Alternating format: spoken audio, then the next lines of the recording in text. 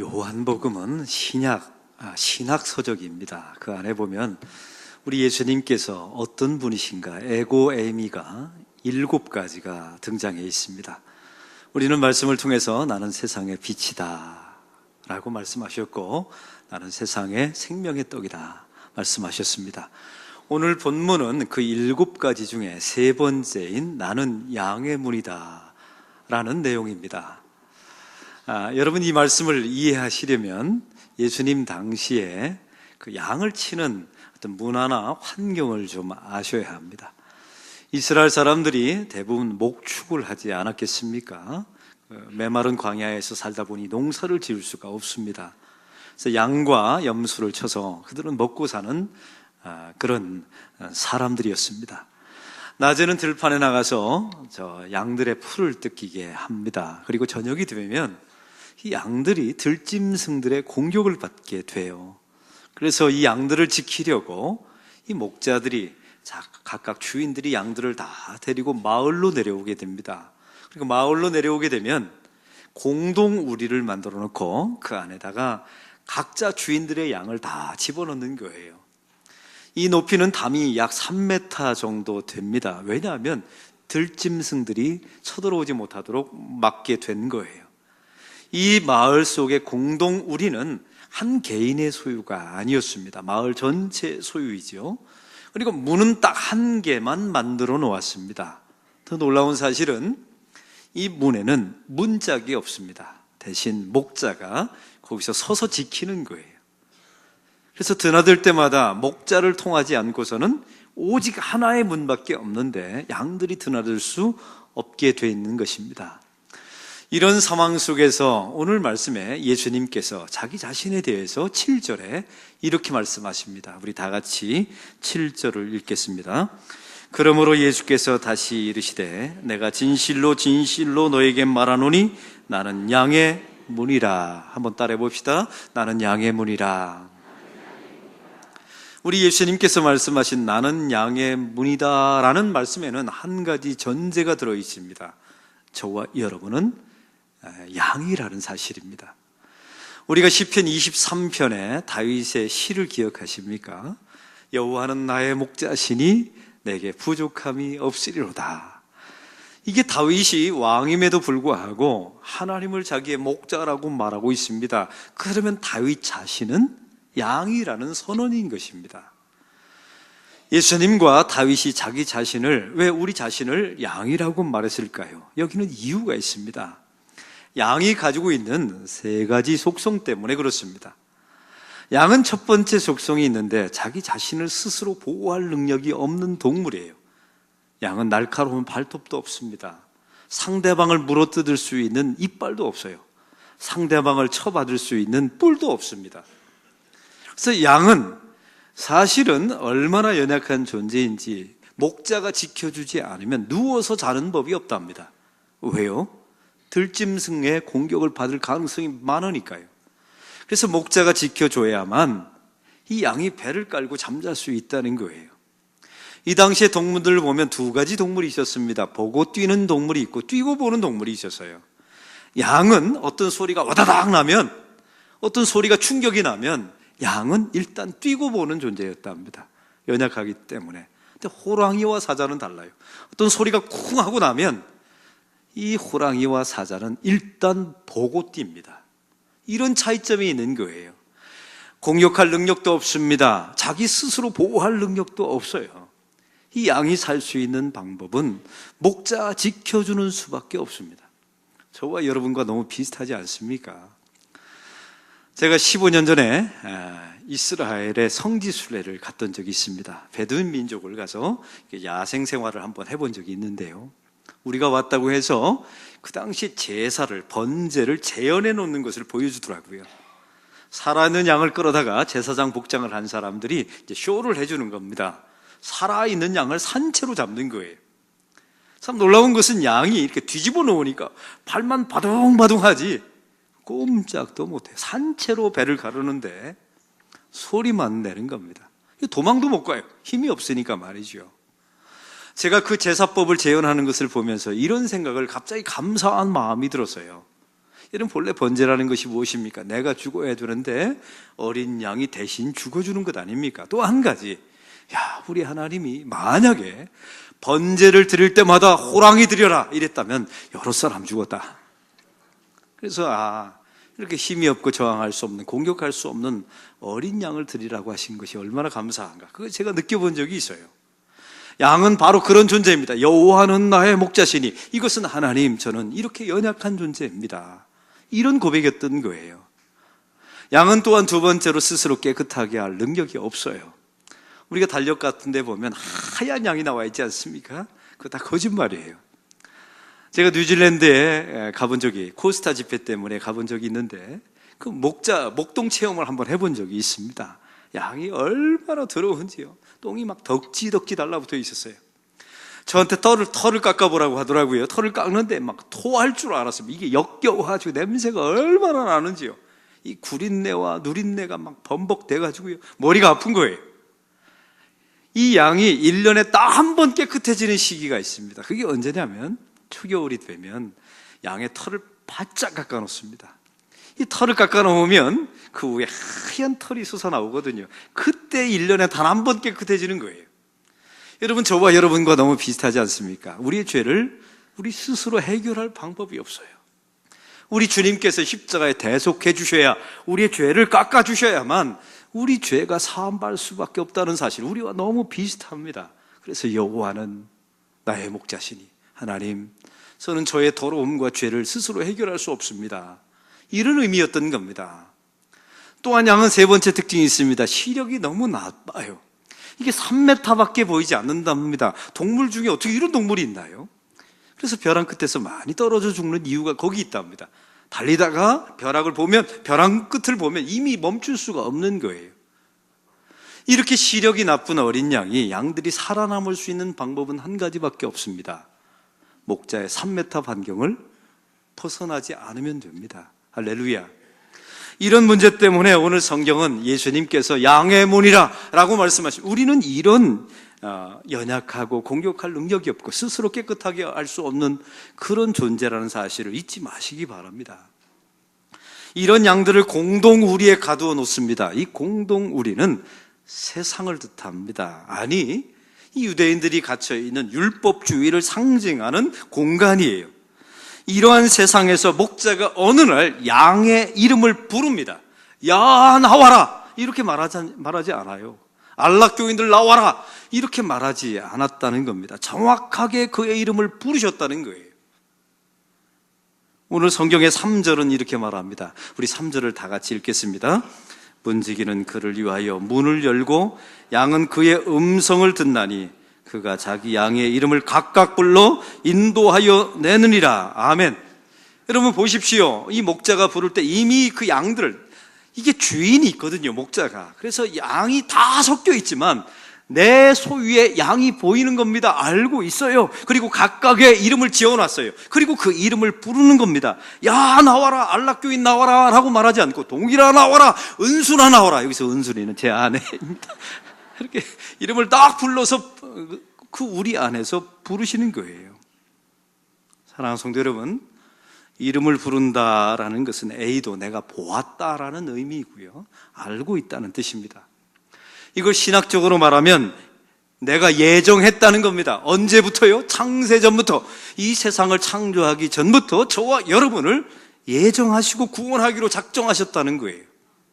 그래서 로마서 8장 30절은 이렇게 말합니다. 또 미리 정하신 그들을 또한 부르시고, 한번 따라해 봅시다. 미리 정하신 그들을 또한 부르시고. 우리 하나님께서 우리를 예정하신 가운데 우리를 만드셨습니다. 태어나게 하셨죠. 그리고 세상이라는 거대한 우리 속에 우리를 심어 놓으셨다는 거예요.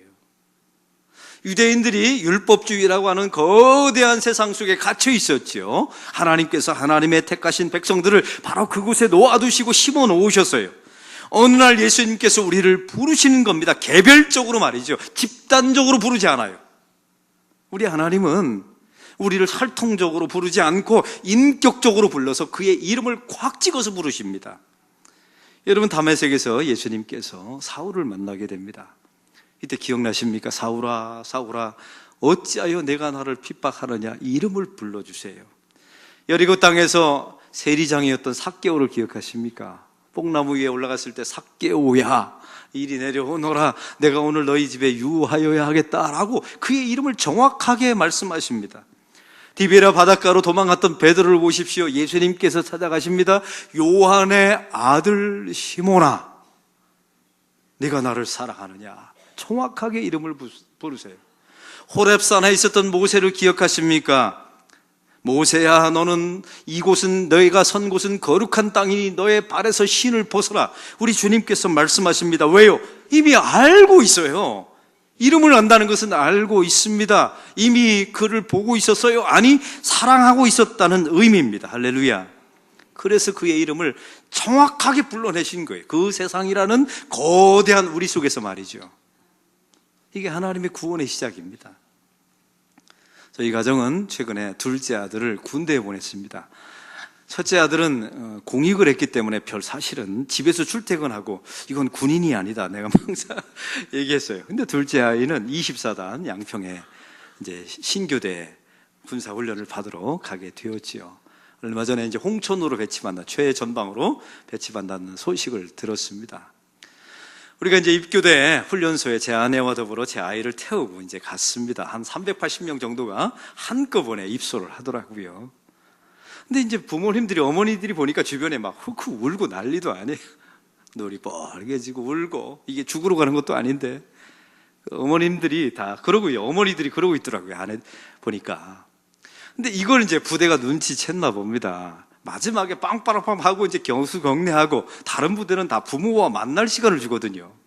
근데 이게 부모님들이 너무 우니까 아이를 그냥 데리고 나가더라고요. 이 순간에 저희는, 제가 이제 마지막 만나면 제가 축복 기도도 해주고 안아주고 이제 보내려고 했는데 그런 시간이 없는 거예요. 이 순간에 제 아내와 제가 이제 급해진 겁니다. 그래서 쭉 보는데 제 아내가 그러는 거예요. 여보, 아이가 안 보여요. 그러더라고요. 근데 저는 달랐어요. 380명을 딱 보는 순간에 그냥 보이던데요, 제 아이가. 이게 제가 노력하지도 않았어요. 그냥 쭉 보니까, 저는 여러분 눈이 크다고 보는 게 아니에요. 제가 보니까 그냥 자동적으로 딱 보이던데요. 그리고 제가 정확하게 저기 있다고 찍었어요. 제가 이걸 보면서 이런 생각을 갖게 되었습니다. 둘째 아들을 사랑하는 거는 제 아내보다 내가 더 사랑하는구나. 왜요? 사랑하면 보여요. 노력하지 않아도 알고 있으니까. 그런 마음을 가졌던 적이 있습니다. 오늘 본문도 바로 그런 말씀인 거예요. 그 수많은 주인들이 섞여 있는 양우리가 있었죠. 세상 속에 하나님의 백성들이 심겨져 있습니다. 그런데 그 가운데 주인이, 목자가 찾아와서 정확하게 봅니다. 그리고 알아봅니다. 그리고 그의 이름을 정확하게 불러내요. 동일아, 나와라. 오늘 본문이 이런 거예요. 그래서 로마서 8장 28절은 우리에게 이런 말씀을 합니다. 우리가 알거니와 하나님을 사랑하는 자, 곧 그의 뜻대로 부르심을 입은 자들에게는 모든 것이 합력하여 선을 이루느니라. 여기에 하나님의 백성들의 이름이 나와 있습니다. 부르심을 입은 자라고 나와 있어요. 한번 따라해 보세요. 부르심을 입은 자. 여러분, 기가 막힌 거죠. 하나님께서 만세전부터 예정하시고 우리의 이름을 알고 있다가 우리의 이름을 결정적인 순간에 그 세상에 우리에서 우리를 불러내세요. 그래서 우리의 이름은, 성도는 부르심을 입은 자입니다. 하나님이 알고 계세요. 하나님이 기억하십니다. 하나님이 우리를 사랑하고 계세요. 그러니까 하나님의 눈에 띄는 거예요. 그런데 오늘 본문에 보면 양에게는 아주 신비한 능력 한 가지가 있습니다. 양은 스스로 보호할 능력도 없어요. 깨끗하게 할 능력도 없어요. 또 양은 시력도 나빠요. 그런데 다른 동물이 가지고 있지 않은 놀라운 기술이 하나 있답니다. 이게 청력입니다. 귀가 얼마나 밝은지 몰라요.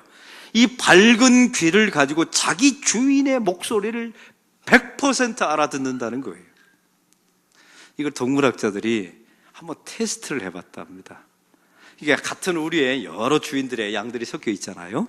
근데 한 주인에게 개그맨을 시켜서 목소리를 한번 가성을 한 거예요. 위장한 거죠. 그리고 모양과 탈을, 주인의 모습을 하고 이제 양이 보는 앞에서 가성으로 다른 주인이 부른 거예요. 야, 나와라. 동일아 나와라 했는데 놀라운 사실은 양이 대꾸도 안 하더랍니다. 쳐다보지도 않고요. 왜요? 내 주인의 목소리가 아니니까요. 왜 하나님께서 양을 창조하실 때 다른 건 하나도 안 주셨는데 왜 청력을 주셨을까요? 주인의 목소리를 잘 들어야 살 수 있기 때문에 그렇습니다. 그래서 오늘 본문 3절은 이렇게 말합니다. 그의 음성을 듣나니. 한번 따라해 보세요. 그의 음성을 듣나니. 또 4절은 이렇게 말합니다. 그의 음성을 아는 거로. 한번 따라해 보세요. 그의 음성을 아는 거로. 여러분, 우리가 아무나 따라 나가는 게 아닙니다. 우리는 청력이 좋아요. 그래서 세상의 모든 소리가 다 들립니다. 이게 우리는 오지랖이 넓다고 하죠. 세상의 학부모님들의 이야기도 듣고 세상의 경제가들도 정치가들의 이야기가 청력이 얼마나 좋은지 몰라요. 근데 아무데나 따라 나가시면 안 됩니다. 성도란 누구입니까? 예수님의 음성을 듣는 사람이 성도예요. 성도란 누구입니까? 내 주인의 목소리를 알아보는 사람이 성도입니다. 성도란 누구입니까? 내 주인을 듣고 알아보고 사랑하는 존재가 성도인 줄로 믿습니다. 근데 이게 처음부터 되던가요? 참 이상한 점은요, 주께서 무리의 가운데 세상의 우리에서 너는 나와라 라고 부르시잖아요. 그 부름 받는 순간부터 우리는 변화되기 시작해요. 들리지 않았던 주의 음성이 들리고, 알지 못했던 예수님을 점점 알아가고, 사랑하지 않았던 예수님을 점점 사랑하게 되는 줄로 믿습니다. 이게 성도로 만들어지는 거예요. 처음부터 완벽하지 않아요. 근데 이 일을 누가 이루어가냐면 예수님께서 우리를 그렇게 만들어 가시는 거예요. 일단 부르시는 자들은 들리게 하십니다. 아멘. 그리고 반드시 알게 하십니다. 그리고 예수님을 사랑하게 만들어내십니다. 그래서 성도는 태어난 게 아니라 사실은 만들어지는 거예요. 요즘 스카이캐슬이라고 하는 드라마를 열심히 봅니다. 20%를 넘는 드라마는 목사는 반드시 봐야 돼요. 왜냐하면 그 당시 시대상을 담고 있고 그 사람들의 멘탈, 의미를 읽을 수 있기 때문에 그렇습니다. 그 강남 입시 전쟁을 벌이면서 그 어머니들의 치맛바람이 얼마나 리얼하게 나와 있습니까? 아이를 쥐잡듯이 공부하도록 잡아요. 아버지도 그렇고 엄마도 그래요. 근데 사실은 이 부모들을 보면 서투릅니다. 왜 서투른 줄 아세요? 부모 노릇을 생전에 처음 해봤거든요. 어렸을 때는 부모 노릇 해볼 기회가 없잖아요. 근데 자기 생애 처음으로 자식을 낳으니 이게 얼마나 서투릅니까? 이 서투른 부모의 특징이 있어요. 자식의 소리가 안 들려요. 여러분, 그 드라마에 보면 자식들이 말합니다. 죽을 것 같아요. 힘들어요. 내가 아무리 해도 안 되는 것 같아요. 이 자식들이 다 말하거든요. 근데 부모의 귀에 그게 안 들리는 거예요. 근데 그 자녀들이 결국 자살해버리고 집을 가출하지 않습니까? 그제서야 부모가 자식의 소리가 들려요. 가출했다 들어온 그 아들을 끌어안고 어머니가 뭐라고 말합니까? 아들아, 내가 너더러 공부를 하고 했지만 이게 맞는 길인지 나도 모르겠다. 그리고 아들아, 미안하다. 이게 아들의 목소리가 들려요. 아이를 낳았다고 들리는 게 아니에요. 이런 어려움을 겪어봐야 자녀의 소리가 들리고 그 자녀를 알아가는 겁니다. 내 자녀에게는 무슨 은사가 있는지, 무슨 재능인지 알아가고, 그리고 그 자녀를 진실하게 사랑하게 되는 거예요. 부모도 만들어지는 겁니다. 이렇게 처음에는 미숙하고 서투러요. 근데 들려지고 알게 되고 이제 진실하게 사랑하게 되는 부모로 만들어지는 것이죠. 성도도 이와 동일합니다. 예수를 처음 믿었을 때 하나님께서 그 세상에 우리 가운데 동일아 나와라 라고 우리를 부르셨죠. 근데 우리는 주님의 음성이 처음에는 들리지 않았어요. 청력은 좋아요. 세상의 소리를 얼마나 민감하게 듣는지 몰라요. 이곳이 돈이 된다 하더라면 다 몰려가고, 저곳에 가면 학원이 공부가 잘하면 다 몰려가고, 세상의 소리에 청력이 얼마나 좋은지 몰라요. 근데 예수님의 소리는 안 들렸어요. 근데 어느 날 예수님의 소리가 들리기 시작하고 예수님을 알게 되고 예수님을 사랑하게 되는 역사가 일어나게 되는 줄로 믿습니다. 그런데 이 양우리를 보십시오. 이 양우리는 특징이 한 가지 있다고 말씀드렸죠. 문이 하나예요. 근데 이 문은 또 특징이 있습니다. 문짝이 없고 목자가 문짝 역할을 하는 거예요. 거기 이렇게 누워 있는 겁니다. 밤에. 만약에 그 문을 통과하지 아니하면 양은 나갈 수가 없어요. 여러분, 여기서 주는 세 가지 메시지가 있습니다. 오직 하나밖에 없는 문이 예수님이시라는 의미입니다. 여러분, 구약의 성막을 보시면 특징이 하나 있어요. 문이 하나밖에 없어요. 사실은 제사를 효율적으로 드리려면 여러 문을 통해서 동시에 들어갔다가 동시에 나올 법 하잖아요. 근데 문을 하나밖에 안 만들어놨어요. 왜요? 그게 구원의 문, 오직 예수 그리스도를 통하여만 얻는 구원의 길이기 때문에 그렇습니다. 방주도 마찬가지예요. 방주의 놀라운 특징이 뭡니까? 돛이 없어요. 하나님의 섭리 가운데 흘러갈 수밖에 없는 배죠. 또 한 가지 특징이 있어요. 문이 하나밖에 없어요. 들어가는 문, 나오는 문 오직 하나. 그 문을 통해서 들어가고 그 문을 통해서 나오는 거예요. 그 문이 예수 그리스도를 상징하는 문이었던 겁니다. 요한복음 14장 6절은 그래서 이렇게 말합니다. 예수께서 이르시되 내가 곧 길이요 진리요 생명이니 나로 말미암지 않고서는 아버지께로 올 자가 없느니라. 이게 양의 우리에서 문이 하나밖에 없는 이유가 여기 있었던 거예요. 다른 문으로 들어간다고 그 사람은 도적이요 강도라고 성경은 아주 단호하게 선포합니다. 또 한 가지요, 문 자체가 예수 그리스도이시잖아요. 목자가 누워있는 거예요. 만약에 양이 동일아 나와라 라고 했을 때 양이 나갈 수 있는 방법은 한 가지밖에 없어요. 목자를 통과하는 건데 양들이 목자를 밟고 나간답니다. 이걸 기가 막히게 재현해 놓은 거예요. 예수님께 내가 양의 문이다 라는 말은 너희들이 나를 통과할 때 주인님 반갑습니다, 하이파이브 하면서 나가는 게 아니에요. 그 주인을 짓밟고 나갑니다. 여러분, 저와 여러분이 구원받고 하나님의 부르심을 어떻게 받았습니까? 우리의 목자 되신 예수님이 십자가의 짓밟힘을 통하여 저와 여러분이 세상에 우리에서 부름받은 줄로 믿습니다. 이걸 보여주는 거예요. 예수님의 희생을 통해서 우리가 그냥 공짜로 대가 지불 없이 구원받은 게 아닙니다. 나에게는 공짜였지만 우리 예수님이 짓밟히면서 엄청난 대가를 지불하신 거예요. 이걸 보여주신 겁니다. 또한 우리 예수님이 보여주신 그 문은 좁았습니다. 여러분, 좁다라는 말은 귀하다, 드물다라는 말이에요.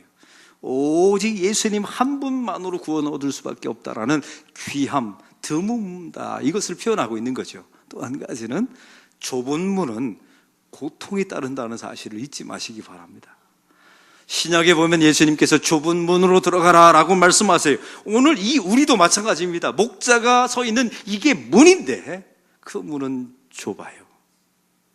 그 거대한 세상 속에서 하나님이 우리를 심어 놓으셨죠. 하나님께서 어느 날 동일아 나와라 라고 선택된 소수의 백성만 그 우리에서 불러내시거든요. 그러니 세상 사람들에게 미움을 받죠. 이런 방식으로 저와 여러분이 구원받으니까 사실 은혜로 구원받지만 세상 사람에게는 핍박을 받을 수밖에 없습니다. 그래서 이걸 좁은 문이라고 표현하신 거예요. 바로 그곳에서 주님께서 우리를 불러내시죠. 이 모든 과정을 로마서 8장 30절은 이렇게 말합니다. 또 미리 정하신 그들을 또한 부르신 그들을 의롭다 하시고 의롭다 하신 그들을 영화롭게 하셨느니라. 하나님께서 우리를 거대한 우리 속에서 어느 날 갑자기 동일하라고 우리를 부르세요. 부르신 것이 끝나는 게 아닙니다. 우리를 의롭게 하세요. 들리지 않던 주의 음성을 들리게 만드시고 알지 못했던 주님을 알게 하시고 사랑하지 않았던 주님을 사랑하게 주님께서 만들어내십니다. 이걸 성화라고 말해요. 우리를 의롭다 하셨느니라. 오늘 성경은 또한 말합니다. 우리를 영화롭게 하셨다고요. 여러분, 영화는 언제 얻어집니까? 죽은 후에 우리를 이끄셔서 천국에 우리를 넣어두시겠다는 하나님의 약속이에요. 그럼 영화는 미래형으로 써야 되는 건 아닙니까? 영화롭게 할 것이다 라고 말해야 되잖아요. 근데 오늘 성경은 영화롭게 하셨느니라 라고 과거형으로 말합니다. 왜요? 아직 이루어지지 않은 일인데요. 여기는 이유가 있어요. 한번 부르신 당신의 백성들은 반드시 들리게, 알게, 사랑하게 만들어 놓고 천국으로 우리 예수님이 반드시 인도해 내신다는 하나님의 약속인 것입니다. 그래서 과거형으로 이미 영화롭게 하셨느니라, 이미 이루셨노라, 반드시 이루어질 것이다, 하나님의 약속은 영원하다, 하나님은 포기하지 않을 것이다, 이게 하나님의 약속인 줄로 믿습니다. 이 모든 과정을 통해서 예수님이 말씀하십니다. 그러므로 내가 너희들의 양의 문이다 말씀하신 거예요. 사랑하는 성도 여러분, 그러면 저와 여러분은 어떻게 해야 합니까? 날마다 우리가 연약한 양임을 고백하셔야 합니다. 스스로 보호할 수도 없고 스스로 깨끗하게 할 수도 없음을 고백하세요. 우리는 시력이 안 좋아서 낭떠러지에 항상 떨어질 수밖에 없는 존재임을 날마다 고백하십시오. 어느 날 갑자기 주님께서 나의 이름을 부르셔서 이 안락교회 복음의 자리로 나오게 하심을 감사하십시오. 그리고 어느 날 나도 모르게 이제는 들리고 예수님을 알고 사랑하는 존재로 바뀌어감을 감사하십시오. 이게 하나님의 구원의 여정이었던 거예요. 그리고 언젠가 반드시 저와 여러분을 인도하셔서 천국으로 우리를 몰아넣으실 날이 반드시 오게 될 줄로 믿습니다. 이게 하나님의 약속입니다. 내가 양의 문이다, 이런 의미였던 거예요. 그러면 하나님께서 한 번 불러내신 백성들은 그의 구원은 취소하는 법이 있을까요? 없을까요? 하나님께서 한 번 부르신 백성들이 저와 여러분이 사고치고 죄 짓는다고 해서 후회하실까요? 그것은 다음 주에. 그것은 제가 선교를 갔다 와서 그 다음 주에 하나님의 부르심은 취소될 수 있는가? 그것은 그 다음 주에 말씀을 나누도록 하겠습니다. 하나님 아버지 감사합니다. 우리 예수님께서 양의 문이심을 말씀해 주시고 우리가 이미 그 구원의 자리, 부르심의 자리를 지났고 또한 주님을 점점 알아가고 들리고 사랑하게 되는 성화의 과정, 의롭다 되는 과정을 겪게 하심을 감사합니다. 이 모든 과정을 통하여 예수님이 나의 양의 문이심을 믿습니다. 하나님, 그러나 이 세상살이 가운데 우리가 얼마나 연약하고 부족한 사람인지 날마다 고백하게 하시고 오직 예수님만으로 구원 얻고 오직 예수님만을 들으며 알며 사랑하는 주의 백성들이 되게 하시사 우리를 영원롭게 하시는, 천국으로 인도하시는 주님을 따라 사는 믿음의 백성들 되게 하여 주옵소서. 세상에 대한 욕심도 버리게 하시고 세상에 대한 기대와 미련도 버리게 하시고 점점 더 나이가 들면 들수록 신앙이 깊어지면 깊어갈수록 오직 예수님을 붙들고 구원의 은혜를 노래하며 감사하며 사는 믿음의 백성들의 여정이 되게 하여 주옵소서. 저들이 외로울 때 주님께서 친구가 되어주시고 저들이 고통스러울 때 주님께서 저들의 의사가 되어주시고 저들이 곤고할 때 주님께서 저들의 하나님의 구주가 되어 주옵소서. 예수 그리스도의 이름으로 기도하옵나이다. 아멘.